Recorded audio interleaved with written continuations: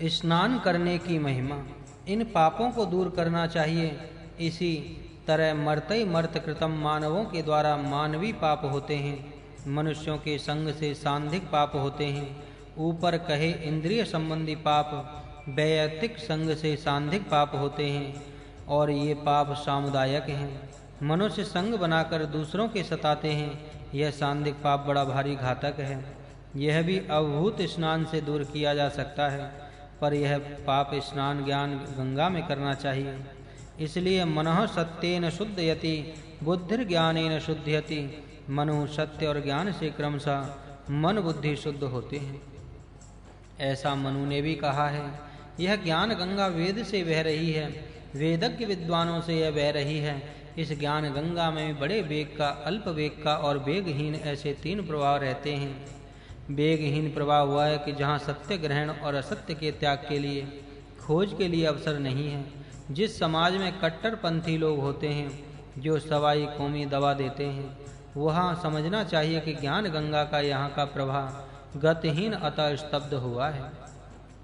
इसलिए यहाँ ज्ञान गंगा में स्नान करने का पुण्य मिल नहीं सकता।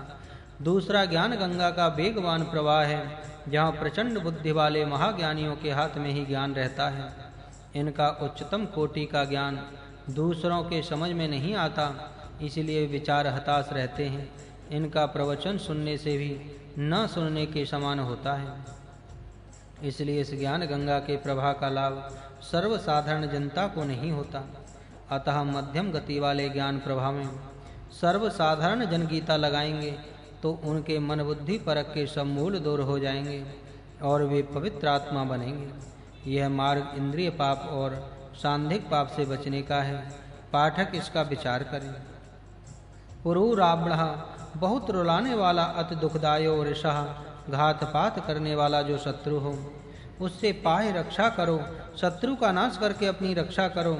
उक्त शुद्धि से ही इन शत्रुओं का नाश हो जाता है। दवी, चमस और कषड़ी को कहते हैं। अग्नि में आहुति देने के समय कड़छी पूर्णता से भरकर अग्नि में आहुति देने के लिए आगे बढ़ें। कभी चम्मच कम भरकर आहुति देने से घी की बचत करने का विचार मन में न लाएं। आहुति देकर वापस आने के समय वह चम्मच सुकृत से पूर्ण भरकर वापस आवे, अर्थात किसी समय चम्मच से आधा भरने का विचार भी मन में न आए। इस तरह हम देवों को घृत आदि की आहुतियाँ देवें और वे हमें पवित्रता देवें। इस रीति से परस्पर सहायता करते हुए परम उन्नति की प्राप्त हो। वसना एवं मूल्य देकर वस्तु खरीदने के समान हम इस कर्म से इसम ऊर्जम अन्न और पेय का विकीर्णा वही बेचना चाहते हैं, अर्थात हम आहुति देते हैं, उसके बदले में कर्म फल लेते हैं। इस तरह खरीदना और बेचना इस यज्ञ क्रिया के द्वारा चलता है, जो विशेष विचारणीय है। चम्मच से भरकर घृत आहुति देनी चाहिए, इसमें उदारता है। अपूर्ण चम्मच से आहुति देने से आहुति दाता के मन में जो कंजूसी के भाव आते हैं सज्जनों, वे अधापात के सूचक हैं। क्रय विक्रय, खरीदना और बेचना, लेना देना, इस व्यवहार की बातचीत किस तरह हो, इस विषय में उपदेश यहाँ दिया गया है। यज्ञ से खरीदी बिक्री का उपदेश इस ढंग से होता है। इंद्रदेव, हे याजक, हवि मुझे प्रदान करो। याजक, हे देव, मैं तुझे हविरन्न का समर्पण करता हूँ। इंद्रदेव, हे याजक, हवि मुझे प्रदान करिए। याजक, हे देव, मैं तेरे लिए मूल्य रूप हविर द्रव्य समर्पण करता हूँ। इस तरह सुआह दोनों दाता और लेने वालों में उत्तम बातचीत यज्ञ में होती रहे और दोनों परस्पर सहायक होकर एक दूसरे की सहायता करें। परस्पर भावयन्तः श्रेयम परम आपास्य, परस्पर की सहायता से बड़ा श्रेय प्राप्त करो। व्यापार व्यवहार में भी यह बातचीत ऐसी ही सरल भाषा में ही है, सबका लाभ हो। हमने जो अन्न पितरों को दिया, वे उस अन्न को अक्षण खा चुके और उससे उनको अमीद मदंत बहुत आनंद हो चुका है। वे प्रिया प्रसन्न हुए और प्रसन्नता दर्शक के अपने सिरों को आनंद देने अवादु सिलाने लगे तथा नवीन भावों को प्रकाशित करते हुए वे आस तोष प्रशंसा भी कर रहे हैं। यह अन्न अच्छा था, बड़ा आनंद पाया इत्यादि प्रकार वे स्तुति कर रहे हैं। अब हे इंद्र, तुम अपने रथ को घोड़े जोड़ और इस यज्ञ भूमि में जाओ, ऐसी प्रार्थना भी वे कर रहे हैं। यहाँ यह उपदेश है कि जब किसी अतिथि को अन्न आदि देना है, उस समय जितना वह अच्छे से अच्छा दिया जाए उतना उत्तम से उत्तम देना चाहिए, जिसे खाकर वह अतिथि संतुष्ट और तृप्त हो जाए। प्रसन्नता से अन्न की प्रशंसा करें और प्रसन्न होकर आशीर्वाद भी दें। अतिथि सत्कार ही यही रीति देखने योग्य है। प्रभु की हम स्तुति प्रार्थना उपासना करते हैं, क्योंकि इस तरह प्रार्थना किया हुआ प्रभु उपासकों को भरपूर धन आदि पदार्थ देते हैं। प्रभु उपासकों की सहायतार्थ उनके पास जाने के लिए रथ जोतकर उस पर चढ़कर तैयार होते हैं। नारा संसेन वीरों के साथ संबंध रखने वाले अर्थात सूर मानवों के व्यवहार के साथ संबंध रखने वाले स्रोत से तथा पितृणाम मनभवी पितरों के रक्षकों के वर्णन करने वाले स्रोतों से मन आभामहे मन की शक्ति को उत्तेजित करते हैं, मन को सत्कर्म में प्रेरित करते हैं। ऋग्वेद में इसी मंत्र में आहुवामहे पद है, अर्थ यही है पर नांसा सेन सोमेन, ये पद द्वितीय चरण में है। इस तोम पद के स्थान पर सोम पद है। मनुष्य जिसकी प्रशंसा करते हैं, ऐसे सोम से हम मन को उत्साहित करते हैं। यह ऋग्वेद मंत्र का आशय है।